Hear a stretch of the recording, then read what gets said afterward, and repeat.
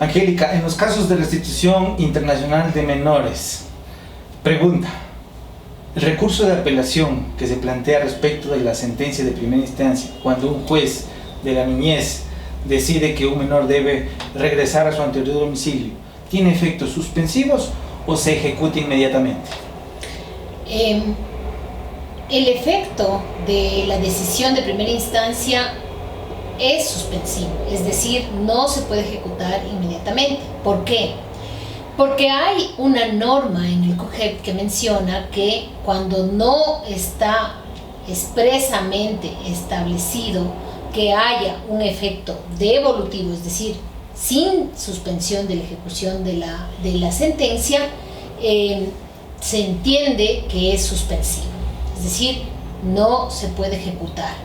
Ahora, pero yo te puedo decir que según el convenio de la Haya, que es un tratado internacional de derechos humanos de protección de los menores, determina que debe haber agilidad, rapidez, urgencia en la tramitación y en la toma de este tipo de decisiones. Bueno, lo uno no se contrapone a lo otro. ¿Por qué? Porque el ser rápido, el resolver con urgencia, con celeridad el tema de la restitución, no quiere decir que se desconozca la posibilidad de que la sentencia pueda ser apelada y que no sea ejecutada inmediatamente. Me explico. Sí es cierto que se habla de que el trámite debe ser con celeridad, pero no pasa nada si tiene que demorarse un mes más, 2 meses más, es decir, que permanezca la persona menor de edad en el país antes de que le restituya. Vamos a suponer que le restituye y después la segunda instancia decide que estuvo mal fallado en primera instancia. ¿Cómo le hago volver a ese niño acá? ¿Cómo le hago volver a esa niña? Es decir, habría un daño irreparable. Por esa razón, la celeridad no está en contraposición con el hecho de que el efecto de la sentencia de primera instancia, cuando está apelado, es suspensivo.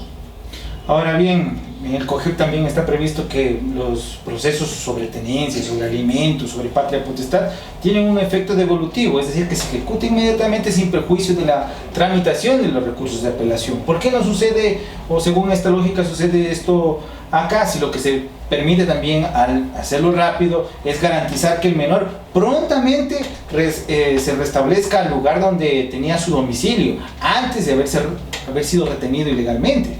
Sí, hay dos cosas ahí.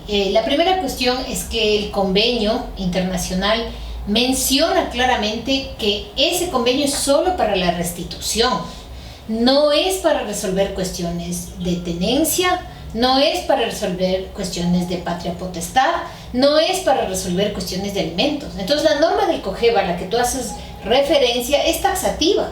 Dice en los casos de tenencia, en el caso de visita, en el caso de alimentos. Y que es de restitución, no está dentro de ese grupo, en primer lugar. En segundo lugar, la otra cuestión que mencionas tú, lo importante es que inmediatamente el niño se restituya al lugar donde vivía antes de la retención ilegal.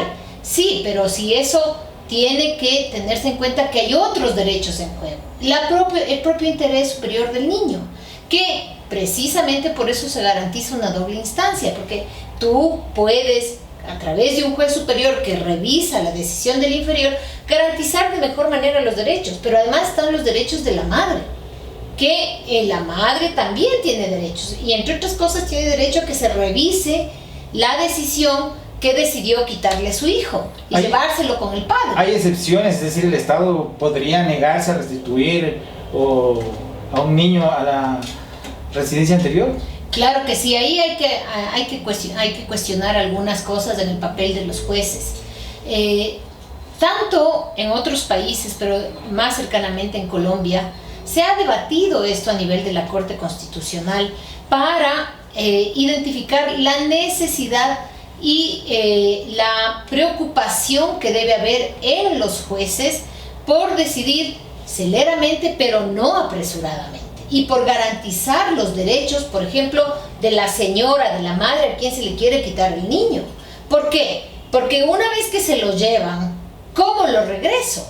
Entonces, hay además en el propio convenio internacional una serie de excepciones, como por ejemplo que la separación le vaya a significar a la persona menor de edad un grave trastorno, no utilice la palabra trastorno, pero un grave daño a nivel psicológico o físico. Yo te diría que la doble instancia está garantizada porque el recurso de apelación se va a tramitar. Sí, la doble instancia está garantizada, pero no me sirve de nada. Es decir, le quita la funcionalidad a la doble instancia, porque vamos a suponer que ya se fue el niño y después ¿cómo lo traigo? A mí el juez me puede dar la razón.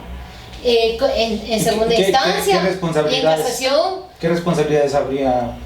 Antes de ir a las responsabilidades, en definitiva, a mí no me sirve de nada la apelación, si es que el niño se vaya del país. Entonces, ¿eso qué significa? Que le estoy quitando la utilidad de la apelación, y eso está prohibido. O sea, no puedo yo interpretar una norma de tal forma que se haga inútil. Al contrario, tengo que interpretar una norma de forma que sirva. ¿Para qué? Para los derechos de las personas involucradas, incluyendo el niño e incluyendo la madre. Con respecto a las sanciones, o sea, depende de la acción del juez. Del daño que pueda producir, digamos. Y del daño que pueda producir. Entonces, puede haber inclusive, creo yo, o considero yo, que hay una decisión en contra de la ley por parte del juez, porque la ley claramente dice cuáles son los casos en que el efecto de la apelación sobre la sentencia de primera instancia no es suspensivo. Y si se ha ido en contra de esa norma, incluso puede haber prevaricato. Pero además puede haber un daño irreparable, no solamente para la persona menor de edad, sino también para la madre. ¿Quién la va a defender? ¿Dónde se va a defender? Si lo que ella está discutiendo o peleando es que no se lleven a su hijo fuera del país, que regrese a otro país que quizás hasta es hostil para ella. En el caso de la señora Inés Rodríguez de Loja, que tú eres su abogada, ¿qué se está solicitando al juez Norman Pardo de la Unidad Judicial de la Niñez y Adolescencia de Loja? Bueno, primero yo creo que hay que hablar de varias cosas en el tema del caso de doña Inés. La primera cuestión es que al niño no se lo trajo de forma irregular o ilegal. Se lo trajo conjuntamente padre y madre. Los dos le trajeron al niño a Quito a Ecuador porque venían a pasar vacaciones. Aquí en Ecuador se produjo una ruptura de la relación entre la señora y su cónyuge. Entonces el niño se quedó con la señora. El señor se regresa a España y decide pedir un trámite de restitución por retención ilegal. Pide ese trámite y activa a la Secretaría Nacional de Derechos Humanos, le inician el proceso y pierde en primera instancia la señora Inés, es decir, se le concede al señor la posibilidad de que se lo regrese hasta España al niño. ¿Cuál es el problema? El problema es que el juez no toma en cuenta varias de las cosas que el propio convenio dice. En primer lugar, que hay posibilidades de excepción. En segundo lugar, no está claro cómo es que el juez, en una sesión reservada que solo permite la ley, escucha al niño y le llama por teléfono al padre, cuando se supone que es reservada para que el niño hable con el juez justamente sin la influencia de los padres. Es decir, ahí hay un elemento que debería ser revisado por la Corte más cuando el padre se pone a llorar para influir en ese momento. Pero claro, por esa razón misma sería, es que la ley, el Código de la Niñez y Adolescencia dice que hay que escuchar a la persona menor de edad en reserva. Pero ¿en reserva de quién? Obviamente de las partes, porque el niño está dividido. Entonces la idea es que la madre no influya, la idea es que el padre no influya. Y la reserva no significa que solo el juez le oye y eso debe quedar escondido solamente en la mente del juez. Tiene que también haber una grabación. ¿Para qué? Para que luego la instancia superior le pueda revisar. Entonces, en este caso, fíjese cómo afecta a la situación del niño y de doña Inés. La afecta porque, fíjense, estas cosas son las que tienen que ser revisadas por la Corte Provincial. Y lo que está pasando es que ya se van a llevar al niño. El juez ha dado 48 horas para que lo entreguen. Imagínense, y lo remita. justamente, además, actuando contra ley, le dice, llévese porque yo considero que mi sentencia es una sentencia que, aunque la hayan apelado, esa apelación no tiene efectos suspensivos, llévense al niño. Entonces, digamos que doña Inés logra que en segunda instancia o en casación le reviertan esa sentencia. ¿Cómo la van a traer? ¿Cómo lo van a traer? ¿El Estado va a pagar para que lo traiga? No, es inejecutable. Ya, es inejecutable, no me sirve de nada. Entonces, ¿para qué tengo yo apelación? Más bien eliminen también la apelación y la casación. Pues, ¿de qué me sirve? ¿Qué voy a pedir una restitución del niño internacional? ¿Usted cree que me va a dar España? Más aún cuando en ese caso se lleva al niño por una decisión judicial. Es inejecutable volverle al niño nuevamente acá. Y además hay otra cuestión.